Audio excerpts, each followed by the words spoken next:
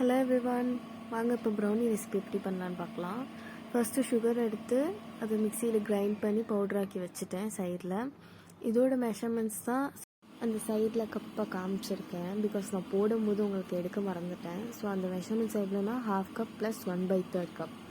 இப்போ நெக்ஸ்ட்டு நான் நாட்டு சர்க்கரையை ஒரு 1/2 கப் எடுத்திருக்கேன். இதை நீங்கள் சீவ் பண்ணி எடுத்துக்கலாம். ஆல்ரெடி அது நல்லா சீவாக இருந்துச்சுன்னா ஓகே. இப்போ என்னதெல்லாம் பார்த்தீங்கன்னா கொஞ்சம் லம்ஸாக இருக்குது. நான் அதை கவனிக்காமல் விட்டேன். ஸோ அது நீங்கள் சீவ் பண்ணி அதில் ஆட் பண்ணிக்கலாம். நெக்ஸ்ட்டு சாக்கோ சிப்பை நான் ஒரு 1/4 கப் எடுத்திருக்கேன். அது உங்களுக்கு இன்னும் எக்ஸ்ட்ரா தேவைப்பட்டுச்சு, சாக்லேட்டினஸ் தேவைப்பட்டுச்சுன்னா நீங்கள் எக்ஸ்ட்ரா எடுத்துக்கலாம். இதை டபுள் பாயிலிங் மெத்தடில் பாயில் பண்ணி அதை லிக்விட் கன்சிஸ்டன்சிக்கு கொண்டு வரணும். இப்போ நான் எடுத்து வச்சுருக்க சாக்கோ சிப்பை அதை ஆட் பண்ணுறேன். அது கீழே ஆக்சுவலி வாட்டர் தான் இருக்குது. டபுள் பாயிலிங் மெத்தட்லாம் ஒன்றும் இல்லை, ஹாட் வாட்டர் தான். அதுக்கு மேலே இந்த பாத்திரத்தை வச்சு இப்போ நான் சாக்கோ சிப்பை ஆட் பண்ணியிருக்கேன். ப்ளஸ் அதுக்கு தேவையான பட்டர் ஆட் பண்ணியிருக்கேன்.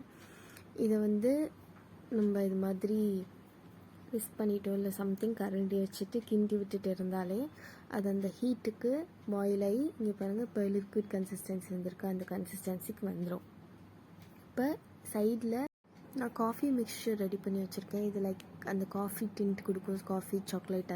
அது ஒன்றும் இல்லை, 1 teaspoon coffee powder plus hot water ஊற்றி மிக்ஸ் பண்ணி வச்சுருக்கேன். வேறு எதுவும் இல்லை.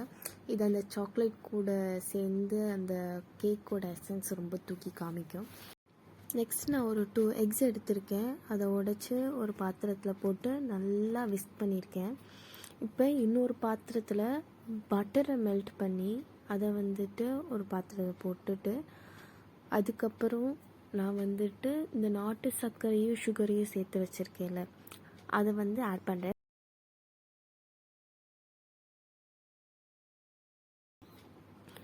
நான் இது சுகர் ஆட் பண்ணதுக்கப்புறம் அந்த 2 முட்டை தனியாக உடச்சி வச்சுருந்தோம்ல அதை இது கூட ஆட் பண்ணணும். ஆட் பண்ணிவிட்டு நல்லா விஸ்க் பண்ணுங்கள். உங்கள்கிட்ட அந்த விஸ்க் பண்ணுற மிஷின் இருந்தால் உங்களுக்கு ரொம்ப ஈஸியாக இருக்கும். நான் இதில் நார்மல் விஸ்க் தான் யூஸ் பண்ணியிருக்கேன். நல்லா விஸ்க் பண்ணுங்கள். இப்போ உங்களுக்கே தெரியும் அந்த நாட்டு சர்க்கரையில் இந்த லம்ஸ் அங்கே அப்படியே இருக்குன்னு. ஸோ நீங்கள் அது வராமல் நீங்கள் பார்த்துக்கோங்க. நெக்ஸ்ட்டு அந்த காஃபி மிக்சர் ரெடி பண்ணி வச்சுருந்த காஃபி மிக்சர் ஆட் பண்ணியிருக்கேன்.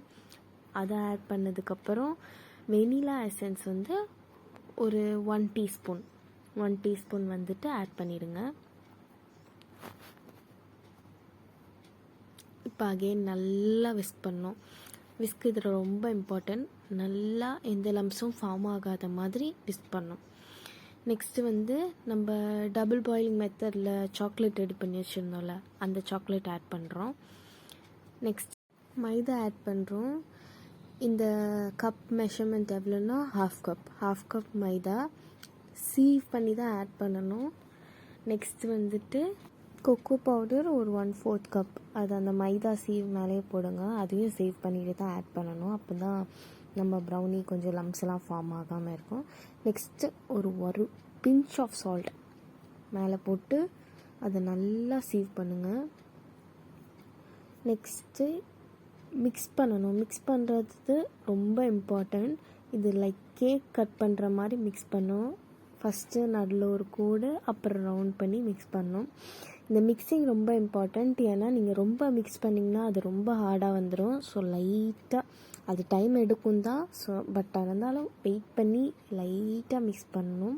இப்போ மிக்ஸ் பண்ணி பாருங்கள், இந்த மாதிரி ஒரு மிக்ஸ்சர் நம்மளுக்கு கிடச்சிருக்கு. இதை ஒரு க்ரீஸ்ட் பேனில் நம்ம இந்த க்ரீஸ்ட் பேனு பட்டர் போட்டு க்ரீஸ் பண்ணியிருக்கோம். அதில் இதை ட்ரான்ஸ்ஃபர் பண்ணுறோம். ஆல்ரெடி அங்கே ப்ரீஹீட்டான குக்கரில் சால்ட் போட்டு ஸ்டாண்ட் வச்சு அது ஆல்ரெடி 10 மினிட்ஸ் ப்ரீஹீட் ஆகிருக்கு.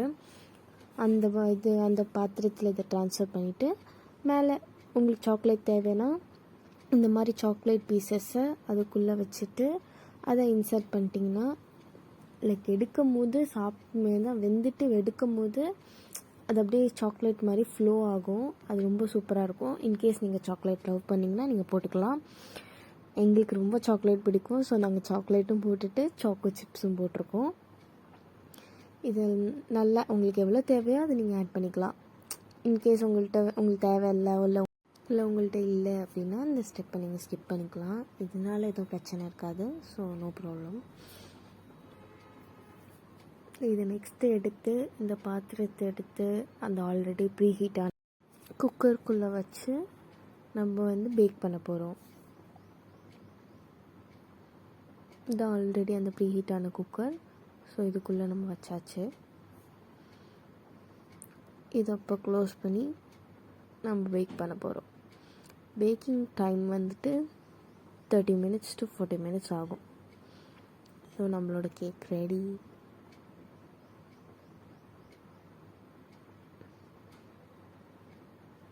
இது எக்ஸாக்ட் ப்ரௌனி மாதிரி வரல. இதான் ஃபஸ்ட் டைம்னால எக்ஸாக்ட் ப்ரௌனி மாதிரி வரல. மேபி எங்கேயாவது மிஸ்டேக் நடந்திருக்கும். இது நெக்ஸ்ட் டைம் பண்ணும்போது கரெக்டாக இருக்கும். எப்போ உங்களுக்கு பர்ஃபெக்டாக ஒரு ப்ரௌனி வருதோ அப்போ நான் உங்களுக்கு திரும்ப இந்த ரெசிபியை போடுறேன். பட் இந்த கேக்கும் சூப்பராக இருந்துச்சு. கண்டிப்பாக ட்ரை பண்ணி பாருங்கள்.